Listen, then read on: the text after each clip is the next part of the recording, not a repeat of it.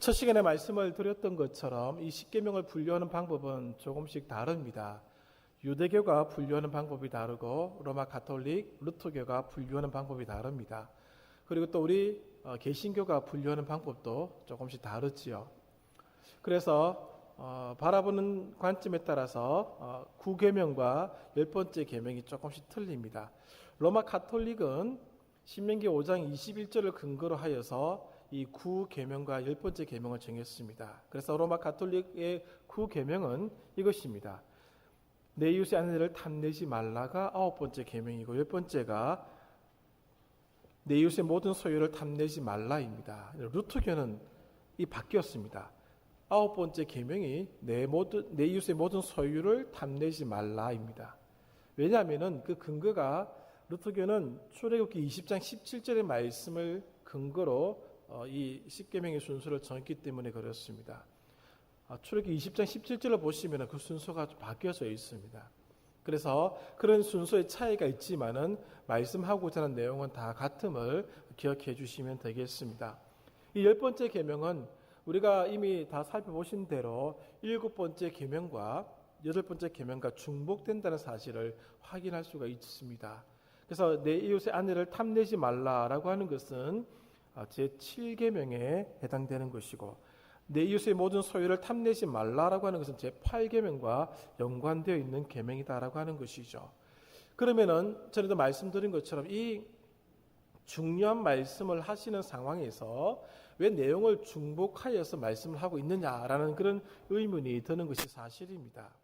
그렇지만은 오늘 그 내용 속에 담겨져 있는 하나님의 의도하심이 있기 때문에 오늘 이 계명들은 각각 다르게 해석을 해 나가야 한다는 것이죠. 칼빈은 이 10번째 계명을 이웃의 소유를 탐하는 직접적인 행위다라고 그렇게 보지 아니했습니다. 내적 탐욕에 대한 금지 규정으로 보았다는 것이죠. 그 행위를 일으키는 근거로 보았다는 것입니다. 그 행위를 나타내게 하는 동기로 이 10번째 계명을 해석하고 있습니다. 윌리엄 바클레이라는 신학자도 마찬가지입니다. 이 10번째 계명을 인간이 가진 내적 탐욕에 대한 계명으로 해석을 했습니다. 그리고 대부분의 신학자들도 이에 동의하는 것이 사실입니다. 그러므로 그 관점에서 이 10번째 계명을 우리가 살펴보아야 할 것입니다. 이 10번째 계명은 두 부분으로 나누어지고 있습니다. 첫 번째 부분은 성적 탐욕에 대한 부분입니다. 내 이웃의 아내를 탐내지 말라. 사람을 탐내지 말 것을 말씀을 해주고 있고, 두 번째는 물질욕에 관한 말씀입니다. 내 이웃의 모든 소유를 탐내지 말라. 그렇게 말씀을 하고 있다는 것이죠. 이 내용에 대해서 우리가 모르지는 않습니다만은 그것이 담고 있는 또 이것을 극복하기 위해서 어떻게 해야 할 것인지를 생각해 볼 필요가 있습니다. 먼저 이 탐낸다라는 말의 뜻을 살펴볼 필요가 있습니다. 이 탐낸다라는 말의 뜻을 우리가 조금 더 잘 이해하기 위해서는 사무엘하 11장의 내용을 다시 한번 상기시켜 보시기를 바랍니다. 이 사무엘하 11장의 내용은 다윗이 우리아의 아내 바세바를 취하는 장면이 아주 상세하게 기록되어 있는 내용들입니다. 그 내용을 생각하시면서 이 말씀을 한번 들어보시기를 바랍니다. 이 탐낸다고 하는 것은 관심을 두는 데서 그치는 것이 아니라 자기 손에 넣고자 하는 마음을 가지는 겁니다. 다윗이 목욕하는 바세바를 보았습니다. 그냥 돌았으면 그만이거든요. 그런데 관심을 두기 시작합니다. 거기서 끝나는 것이 아니라 자기 손에 넣고자 하는 마음이 다윗의 마음속에 들었다는 것이죠. 이 탐심입니다. 탐낼 때는 아직 행동으로 옮기지 않았습니다. 행동으로 옮길 가능성을 이미 그 속에 품고 있는 것이 탐욕입니다. 행동으로 옮기지 아니했지만은 행동으로 옮길 마음을 가지고 있다는 것이죠. 다윗이 어떻게 행동했는지를 한번 가만히 생각해 보시면 알 수 있지 않습니까? 사람을 보내서 알아보게 합니다. 그럴 필요가 없거든요. 탐내지 말라고 하는 것은 어떤 것에 관심을 가질 뿐만 아니라 그것을 빼앗고자 하는 강한 욕망을 가지지 말라는 것이죠. 다윗은 우리의 아내를 빼앗습니다. 그 뺏어오기 위해서 했던 행동들을 우리는 잘 알고 있습니다. 어떤 것에 관심을 가질 뿐만 아니라 그것을 빼앗고자 하는 강한 욕망이 우리 속에 있다면 탐욕의 사람이라는 것이죠. 어떤 것을 탐욕한다는 것은 자기의 것이 아니며 다른 사람에게 속한 어떤 것을 갖기를 욕망하는 것입니다. 바세바는 우리아에 속한 것입니다. 우리아의 것입니다. 자기 것이 아닌데 나의 것으로 삼고자 하는 것, 그게 탐욕이라는 것이죠. 소유할 권리가 없는 것을 갖기를 욕망하는 것이죠. 소유할 수 없는데 소유하려고 하는 것, 탐욕이라는 것입니다. 그것을 자기 것으로 만들기 위해서 부정직하고 명예스럽지 못한 수단을 사용하게 된다는 것이죠. 끝내는 그렇게 된다는 겁니다. 다윗이 어떻게 바세바를 가지게 됩니까? 결국 우리아를 죽이지 않습니까? 살인까지 하게 되는 것이죠. 탐욕의 결과가 그렇습니다. 명예스럽지 않는 방법, 부정직한 방법을 사용하게끔 만든다는 것입니다. 탐욕이 그렇게 무섭다는 것이죠. 우리가 절제하고 우리가 다스릴 수 있을 것 같지만은 그렇지 못합니다. 오늘 저를 비롯한 우리 모두가 다윗만큼의 믿음, 다윗만큼 하나님을 깊이 안다라고 할 수가 없습니다. 다윗의 위대함을 우리는 잘 알고 있습니다. 그럼에도 불구하고 다윗은 오늘 실패하는 모습을 우리들에게 보여주시지 않습니까? 그만큼 이 탐욕이라고 하는 것은 내가 이길 수 있는 대상이 아니다라고 하는 사실을 보여주고 있다는 것입니다. 신약에서 이 탐욕을 말하는 단어의 의미는 무엇인가 하면은 더 많이 갖는 것입니다. 더 많이 갖는 것을 말하고 있습니다. 항상 더 많은 것을 가지고자 하는 것이 탐욕이라고 말씀하고 있다는 것이죠. 지금 충분합니다. 근데 더 가지려고 하는 마음이 탐욕이다라고 가르쳐 주고 있는 것이죠. 그것도 가장 더러운 방법으로 그것을 취하려고 하는 그런 인간의 마음이다라고 얘기를 해주고 있습니다. 이 단어는 지나친 야심, 수치스러운 탐욕, 비양심적인 강탈을 나타낼 때도 사용됩니다. 그만큼 이 탐욕이라고 하는 것은 참 무서운 그런 대상이라고 생각할 수 있는 것이죠. 누가복음 12장 15절에 주님이 이렇게 말씀하십니다. 삼가 모든 탐심을 물리치라. 삼가 모든 탐심을 물리치라. 사람의 생명이 그 소유의 넉넉함이 있지 않다는 것이죠. 오늘 우리의 존재가, 우리의 있음이 소유의 넉넉함으로 평가받지 않습니다. 우리 있는 모습 그대로 지금이 제일 행복한 겁니다. 지금이 제일 만족스러운 상태라는 것이죠. 언제부터인가 탐욕의 영역이, 탐심이 오늘 우리의 삶의 차례에 들어오기 시작했습니다. 한 200년 정도밖에 되지 않았습니다. 더 가져야지만이 더 행복하다라는 착각은 200년, 300년 정도밖에 되지 않습니다. 그런 마음이 점점점 우리 속에 들어와 있다는 것이죠. 예수님께서 밝힌 탐욕의 개념은 누가복음 12장 16절 이하 21절까지 보시면 한 비유가 나옵니다. 어떤 부자인 사람이 많은 양식을 거두어 들였습니다. 그래서 그것을 둘 창고를 짓고 하는 얘기가 이제 내 영혼아 편안히 누리고 살자, 그렇게 얘기를 하는 것이죠. 그때 주님 말씀하십니다. 오늘 밤 내 영혼을 찾아가겠다고 하는 것이죠. 탐심은 결국 덧없음입니다. 덧없음으로 우리를 몰고 간다는 것이죠. 이것을 좀 더 자세히 이해하기 위해서는, 좀 더 잘 이해하기 위해서 사람과 동물을 비교해 볼 필요가 있습니다. 폭식하는 건 사람밖에 없다는 거 알고 계시죠? 사람만이 폭식합니다. 짐승은 폭식하지 않습니다. 축적하는 것도 사람만이 하는 행동입니다.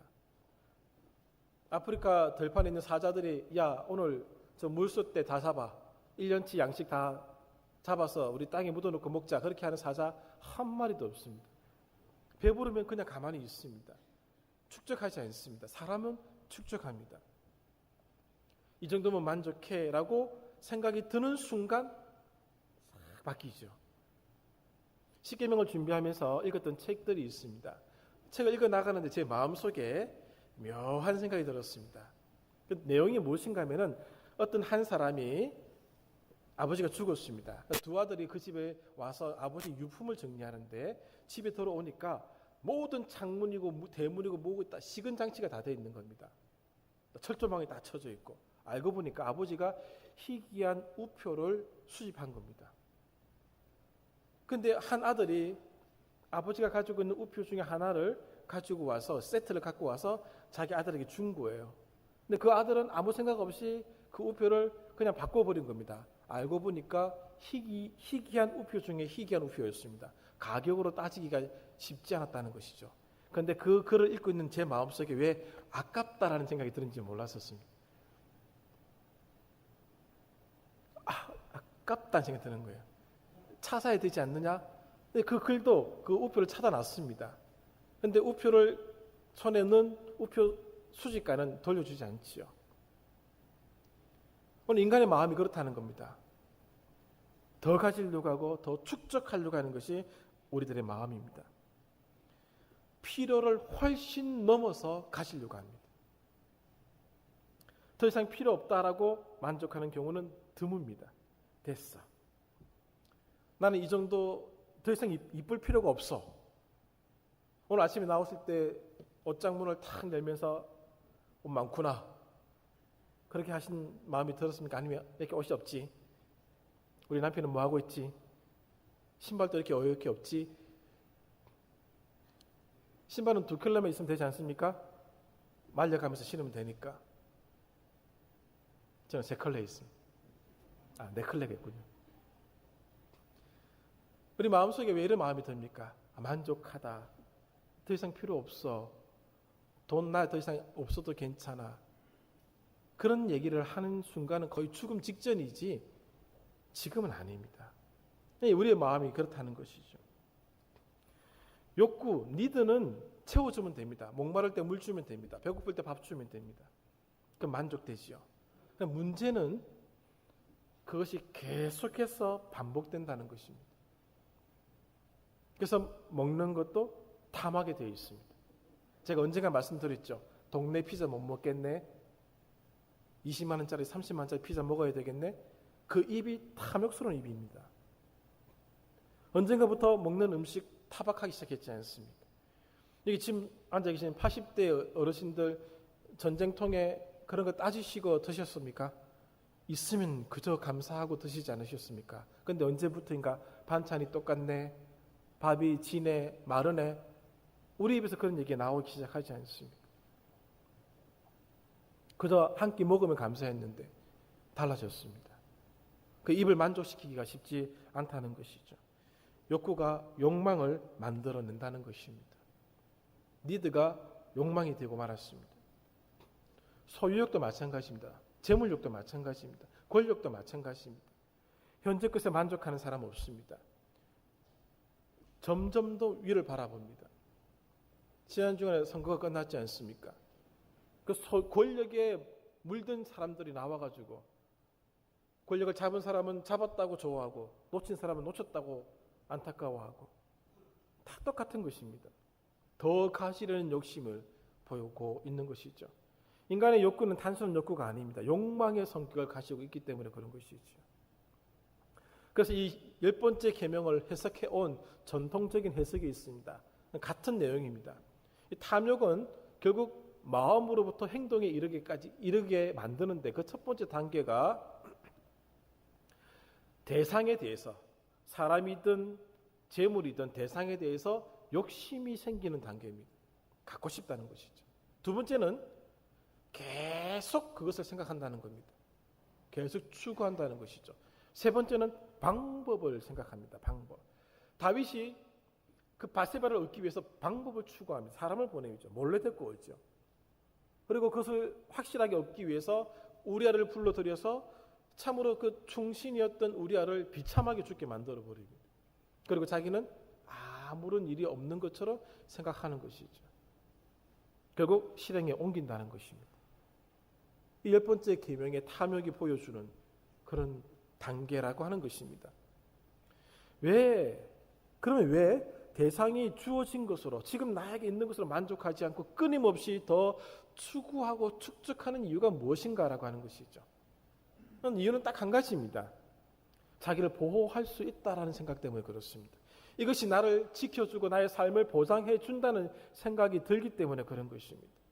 그리고 나중에는 이것이 나를 나의 나됨을 만들어준다고 생각하는 것입니다. 그것이 나의 힘이라고 여기게 된다는 것이죠. 권력 있는 사람들 어깨를 한번 보십시오. 우리가 이미 많이 보았지 않습니까? 내가 누군데? 국회의원이라고 얘기하지 않습니까? 표 찍어달라고 할 때는 그렇게 종처럼 머리 수그리더니 언제 사람이 변했는지 몰라도 이 탐욕이 주는 힘입니다. 자기 자신의 존재를 상승시킬 수 있는 힘이라고 생각한다는 것이죠. 탐욕은 이 힘을 미끼로 우리를 노예처럼 부리는 것이죠. 그리고 탐욕은 신의 자리에 드디어 앉게 되는 것입니다. 그래서 이건 교만입니다. 이것을 통해서 나 자신을 주장하고 자기를 드러낸다는 것입니다. 바로 아담이 범한 죄의 모습을 극명하게 보여주는 예가 되겠습니다. 자기 인생의 주인이 자기라는 것이죠. 여러분, 권력을 많이 가지고 있고 재산을 많이 가지고 있는 사람들은 자기가 자기의 주인입니다. 하나님을 주인으로 삼지 않습니다. 그래서 부자가 천국에 들어가기가 어렵다라고 얘기하는 이유가 바로 여기 있는 것이죠. 그래서 부자 청년에게 너의 모든 재산을 다 팔아 가난한 자들에게 나누어 주고 나를 따라오라 라고 얘기할 때 근심하여 돌아간 이유가 거기 있습니다.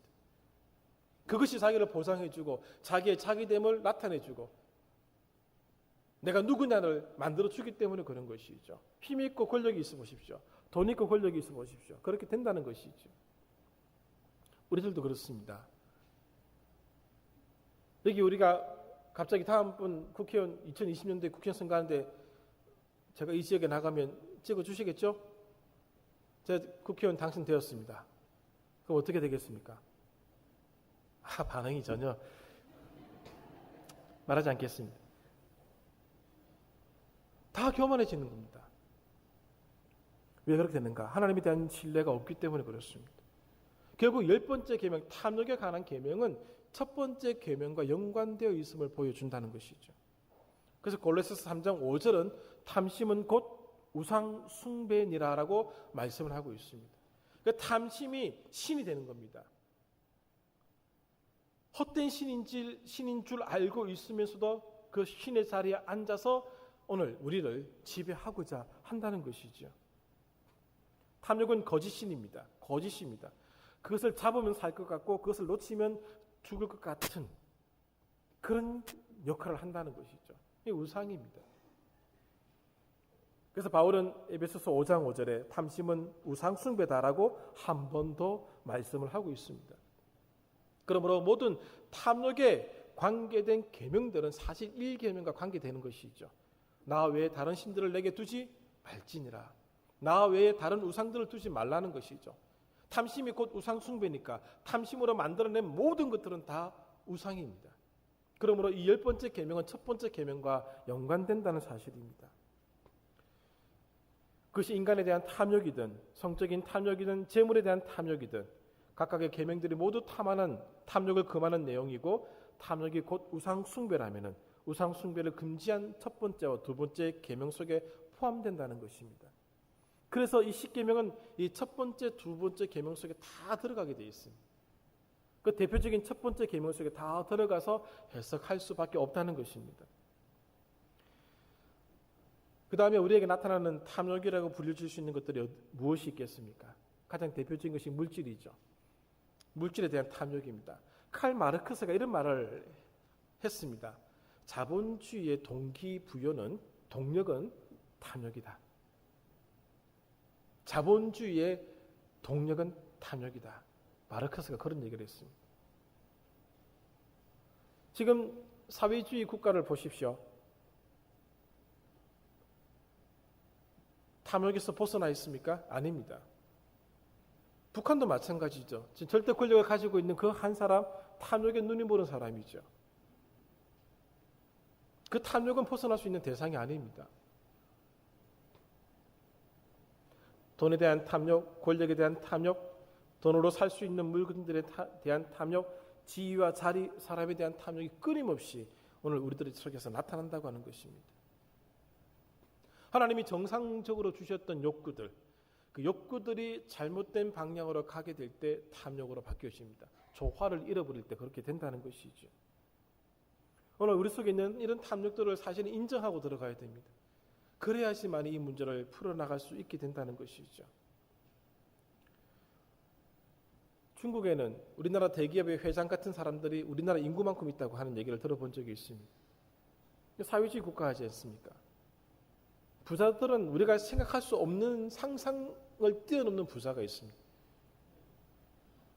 중국에 있었던 선교사들 얘기 들어보면은 벤츠 타고 가다가 사고 나면 그건 차 버린답니다. 왜? 집에 많거든요.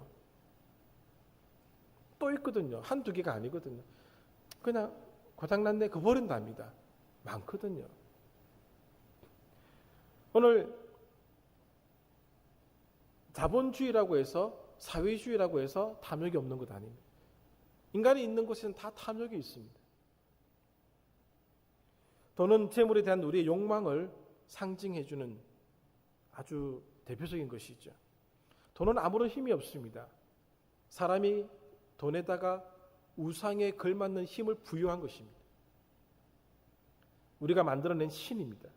우리의 탐심이 만들어낸 신이고 피조물입니다. 그런데 그 피조물에게 지배당하고 있습니다. 우리가 돈을 만들어냈는데 우리가 그 돈의 밑에서 굴욕적인 삶을 살고 있다는 것이죠. 돈 많은 자에게 비굴하게, 돈 없는 자에게 또 우쭐대게, 스스로 돈이 없으면 또 약해지고, 그건 아무것도 아닌 허상인데 우리가 그렇게 되고 말았다는 것이죠. 그러므로 돈은 물질의 개념에서 끝나는 것이 아니라 이 영적인 문제로 접근해야 된다라고 보고 있는 것이죠. 우리가 재물의 힘에 종속되면 재물이 나의 주인이 되는 것입니다. 우리가 권력의 힘에 종속되면 권력이 나의 주인이 된다는 것이죠. 그러면 어떻게 하면 이 탐욕을 없앨 수 있을까? 이길 수 있을까? 그것은 현재 주어진 것에 감사하고 만족하지 않으면 탐심은 사라지지 않습니다. 자족하라는 것이죠. 그래서 인사 나눌 때에 지금 제일 행복합니다. 지금 오늘 내가 지금 가지고 있는 이것에 제일 행복하고 만족하고 지금 생긴 이 모습에 제일 만족하고 행복하게 할 때에 오늘 우리는 자족할 수 있다는 것이죠. 지금 이 얼굴에 더 이쁘시려고 하면 계속 이 얼굴에 돈을 들일 거 아니겠습니까? 저는 뭐 항상 자부심이 있기 때문에 돈 들일 필요가 없다고 자부심 있게 살아가기 때문에 상관이 없습니다만, 그렇지 않은 사람들은 자꾸만 거울 쳐다볼 때마다 이것만 고치면 고쳐봤자 원판 불변의 법칙 때문에 쉽게 안 됩니다. 부모님 원망하셔야죠. 잘생기고 못생기고 상관없습니다. 주어진 것에 감사하고 만족하면 가장 아름답습니다. 왜? 똑같은 얼굴 나밖에 없기 때문에 그렇습니다. 제가 자부심을 갖고 사는 이유는 저와 똑같은 사람이 한 명도 없지 않습니까? 그러니까 자부심 갖고 사는 거죠. 잘생겨서 그런 게 아닙니다. 주어진 부모님이 주신 그대로 만족하고 감사하면 그게 제일 잘생긴 겁니다. 자족하지 않으면 오늘 우리는 탐심을 이겨낼 수가 없습니다. 전도서 5장 10절부터 12절까지, 특히 10절. 은을 사랑하는 자는 은으로 만족하지 못하고 풍요를 사랑하는 자는 소득으로 만족하지 아니하나니. 만족하지 않는 마음에는 끊임없이 탐심이 일어납니다. 은을 사랑하는 자는 은으로 만족하지 못한다는 것이죠. 금을 사랑하게 되어 있습니다. 그러면 금을 사랑하는 자는 금으로 만족하겠는가? 할 수 없습니다. 또 다른 것을 추구하게 된다는 것입니다. 빌립보서 4장 11절 이하, 내가 궁핍함으로 말하는 것이 아니니라. 어떠한 형편에든지 나는 자족하기를 배웠다. 바울의 고백입니다. 내게 능력 주시는 자에서 내가 모든 것을 할 수 있다고 하는 것은 이 자족함을 할 수 있다는 것입니다. 못하는 걸 할 수 있다는 것이 아닙니다. 자족하기를 할 수 있다는 것이죠. 자기 자신에게 만족한다기보다는 하나님이 자기에게 주신 것에 만족한다는 것입니다. 하나님이 우리에게 주신 것을 선물로 여기고 만족한다는 것이죠. 제가 성경 공부 시간에 말씀을 드렸습니다. 우리는 이 땅에 하나님이 보내신 다 배우들입니다. 지금 누구는 A라는 배역을 맡아서 본을 받았습니다. 누구는 B라는 배역을 맡아서 본을 받았습니다. 연극을 하는 가운데 그 배역하는 사람이 연극이 끝난 뒤에 왜 나는 거지 배역을 맡았을까 그렇게 하지 않습니다. 배역이 끝나면은 거지도 왕도 누구도 다 그냥 일상으로 돌아가게 되어 있습니다. 우리 이 땅에 배역을 맡아서 온 겁니다. 어떤 배역은 돈이 없는 배역이고요. 어떤 배역은 왕의 배역이고요. 어떤 배역은 떵떵 누리고 잘 사는 그런 배역을 맡았을 뿐입니다. 연극이 끝나면은 우리 일상의 삶으로 돌아갑니다. 배역이 아닙니다. 이 땅에 잠깐 머무는 이 100년 되는 이 시간 동안에 배역을 맡았을 뿐입니다. 그 배역을 맡았는데 배역 중에서 나는 왜 거지 배역을 맡았을까 가슴 치고 한탄하고 막 눈물 짓고 막 그렇게 할 필요가 없다는 것이죠. 연극이 끝나면 다 원래의 모습으로 돌아가게 돼 있다는 것입니다. 자석입니다. 배역을 맡았을 뿐입니다. 얼마나 가벼워지지 모릅니다. 자석이란 자격이 없는 것이 아니라 있는 것을 중요하게 여기고 만족하는 마음입니다. 없는 것을 생각하지 않습니다. 있는 것에 만족하는 겁니다. 그래서 이 부분을 다루는 책의 어느 일부는 자석은 부정적 개념으로 체념이다. 그렇게 표현하고 있습니다. 어느 정도 체념해야 된다는 것이죠. 체념의 긍정적 표현이 자석입니다. 오늘 하나님이 우리에게 주신 것, 내가 지금 가지고 있는 것 자족하면 되는 것이죠. 십계명 준비하면서 읽었던 책 중에 이런 내용이 나옵니다. 어떤 한 여학생이 성악을 전공한 여학생이 있었습니다. 성대에 문제가 생긴 것이죠. 수술하는 직전에 의사가 얘기합니다. 확률은 반반입니다. 딸을 키웠던 부모님은 안타까워하죠. 다시 노래를 못 부른다고 하는 것에 마음이 아픕니다. 그러나 딸은 지금 나는 이대로 행복합니다. 라고 수술대로 들어갑니다. 자족한다는 것이죠. 없는 것이 아니라 있는 것에 만족하는 겁니다. 노래를 못 부를 수 없다고 하는 그 없는 것에 마음을 두는 것이 아니라 건강하게 나올 수 있다고 하는데 마음을 두는 것이죠. 자족하라는 것입니다. 자족은 그 무엇 때문에 만들어지는 것이 아닙니다. 내가 있어서 자족하는 것 아닙니다. 그냥 이 존재 자체로 자족할 수 있습니다. 우리는 있습니다. 가족도 있고 이웃도 있고 함께하는 사람들이 있습니다. 하나님이 계십니다. 자족할 수 있습니다. 없는 것을 바라보지 말라는 것이죠. 있는 것을 보라는 것입니다. 계속해서 이 땅의 것들을 바라보면, 존재물들을 바라보면 영혼이 채워지지 않습니다. 하나님을 바라보고 오늘 우리에게 주신 것에 감사하면 자족할 수 있다는 것이죠. 인간이 탐욕을 추구하면 추구할수록 행복해집니까? 아니면 파멸에 이르게 됩니까? 다 알고 있습니다. 이 땅에 나온 문학들, 철학, 신학을 뒤집어 보십시오. 탐욕을 추구해서 행복에 이르렀다는 경우는 단 한 번도 없습니다. 역사 속에도 없습니다. 그 탐욕은 우리의 힘으로 벗어날 수 있는 그런 대상이 아닙니다. 그래서 탐욕은 곧 우상 숭배다라고 얘기하는 것입니다. 신적인 존재입니다. 우리의 힘으로 벗어날 수가 없습니다. 그래서 더 큰, 더 힘 있는 초월적인 존재가 우리를 그 탐욕으로부터 벗어나게 해 주셔야 된다는 것이죠. 성경은 이것을 구원이라고 얘기를 합니다. 우리의 힘으로 할 수가 없다는 것이죠. 그러면 하나님의 은혜가 우리를 탐욕의 자리에서 끄집어내어 줄 수 있다는 것입니다. 이제 십계명을 정리하도록 하겠습니다. 십계명은 단 하나의 계명입니다. 첫 번째 계명 속에 모든 계명이 다 들어가 있습니다. 인간을 죄와 죄의 산물인 탐욕으로부터 해방시켜 자유롭게 하려고 하시는 하나님의 일관되고 반복적인 표현입니다. 10가지를 얘기하시면서 한 가지를 얘기하고자 하셨다는 것이죠. 이집트 땅에 10가지의 재앙을 내리시면서 한 가지를 보여주십니다. 한 번으로 끝나실 수 있는 분인데 10번을 보여주시면서 한 가지를 강조하셨습니다. 십계명도 10개의 계명을 보여주시면서 한 가지를 강화시켜 주시고 있는 것이죠. 죄와 죄의 산물인 탐욕으로부터 우리를 자유롭게 시켜주시기 위해서 이 말씀들을 주셨다는 것입니다. 그러므로 주님은 이 계명을 두 가지로 요약하시죠. 하나님을 사랑하고 내 이웃을 내 몸처럼 사랑하라 이렇게 말씀하십니다. 내 이웃을 내 몸처럼 사랑하는 사람만이 탐욕으로부터 벗어날 수 있습니다. 그 탐욕으로 벗어난 사람이 하나님을 사랑하는 사람이 그것을 가능하게 한다는 것이죠.